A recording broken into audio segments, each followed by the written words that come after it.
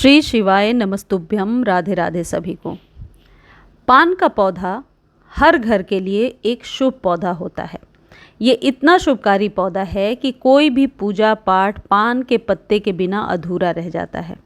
और वास्तुशास्त्र में पान के पौधे को घर में लगाना बेहद शुभ माना गया है। ये सकारात्मक ऊर्जा, सुख समृद्धि लाने वाला है और इससे माता लक्ष्मी प्रसन्न होती हैं। वास्तु दोषों को दूर करता है जहाँ भी ये पौधा लगा होता है। आज के वीडियो में आप जानेंगे कि पान के पौधे को घर में लगाना ज़रूरी क्यों है और यदि आप लगा रहे हैं तो किस दिशा में लगाना सबसे ज़्यादा शुभकारी है। यदि सही दिशाओं की बात करें तो पान की बेल को हमेशा उत्तर पूर्व यानी ईशान कोण या पूर्व दिशा में लगाना शुभ माना गया है। इन दिशाओं में रखा गया पान का पौधा घर में पॉजिटिव एनर्जी लेकर आता है, बहुत ही सकारात्मक ऊर्जा से भर देता है। और नॉर्थ के कोने में जब आप इसे लगाते हैं तो एक चीज़ ध्यान रखेंगे कि उस जगह की साफ़ सफाई ज़रूरी है। इस पौधे को यदि आप लगा रहे हैं तो मिट्टी या प्लास्टिक दोनों ही कंटेनर में लगा सकते हैं, लेकिन मिनिमम 6 इंच का कंटेनर ज़रूर होना चाहिए। मैक्सिमम तो आप 10 से 12 इंच तक ले सकते हैं। इस पौधे को यदि आप ज़मीन में लगा रहे हैं तो ये इसकी लताएं बहुत ही फैल जाएंगी, बेलनुमा आकृति ले लेंगी। और पान के पौधे को यदि गमले में लगा रहे हैं तो ट्रेलिस से बांधना ज़रूरी होता है, नहीं तो ये पौधा सही नहीं चलता। चलिए अब इससे महत्वपूर्ण वास्तु के नियम मैं आपको बताती हूँ। पान की बेल की ऊपर की तरफ बढ़ती है, ये तो आपको पता है। कभी भी ज़मीन पे ना फैलाएं। कोई भी जैसे मनी प्लांट है, ऐसे बेल वाले जितने भी पौधे हैं उनको ऊपर की तरफ बांधें। कभी भी ऐसा ना करें कि बालकनी से नीचे इसके स्टेम को लटका करके छोड़ दिया और ये नीचे की तरफ बढ़ रहा है या ज़मीन पे फैल रहा है। ऐसा कभी नहीं करना चाहिए। हमेशा ऊपर की तरफ ट्रेलिस से बांधना चाहिए। नीचे की ओर फैलने से ऐसी मान्यता है कि ये प्रगति में रुकावट का प्रतीक होता है।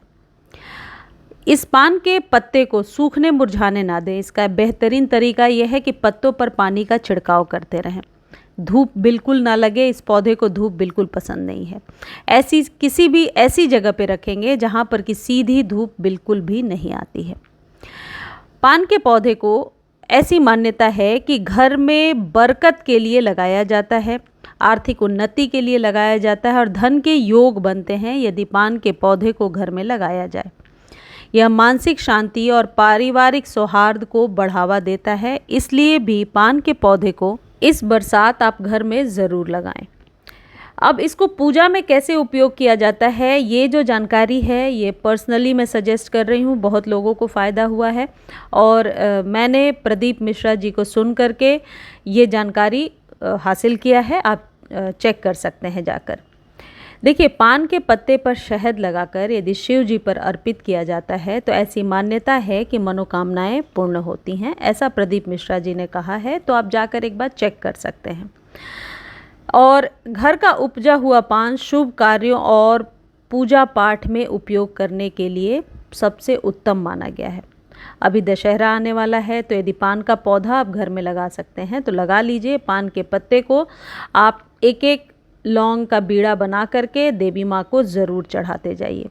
पान के पत्ते शंकर जी पे भी चढ़ाए जाते हैं। बहुत सारे इसके उपाय हैं जो मैं सुनती रहती हूँ, मैं भी करती हूँ और आप लोग के साथ भी शेयर करती हूँ।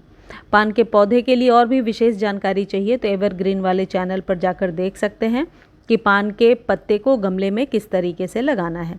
ये जो पौधा है पान का, ये शुभ ऊर्जा को देने वाला है। तो यदि आप गार्डनिंग के शौकीन हैं तो पान के पौधे को घर में ज़रूर लगाइए। ऐसी मान्यता है कि जिस घर में ये पौधा होता है माता लक्ष्मी प्रसन्न होती हैं। और ये जो बातें मैं आपको बता रही हूँ ये कहीं से पढ़कर हासिल करके बता रही हूँ। किसी भी प्रकार के अंधविश्वास को फैलाना मेरी मान्यता नहीं है। आप यकीन करते हैं तो इन बातों को मान सकते हैं। अदरवाइज़ आप पान का पौधा घर में वैसे भी लगा सकते हैं, क्योंकि इसको धूप की ज़रूरत नहीं है। छाया में 8 इंच के कंटेनर में आसानी से ये चलता जाता है। मुझे उम्मीद है कि मेरे द्वारा दी गई ये जानकारियाँ आपके जीवन में ज़रूर काम आती होंगी। 1% भी यदि मैं हेल्प कर पाई हूँ आपको किसी प्रॉब्लम से निकलने के लिए तो लाइक शेयर सब्सक्राइब ज़रूर किया करें। और फेसबुक पर देख रहे हैं तो पूरी वीडियो देखिए, फॉलो कीजिए और शेयर कर दीजिए ताकि किसी और का भी फ़ायदा हो पाए। धन्यवाद।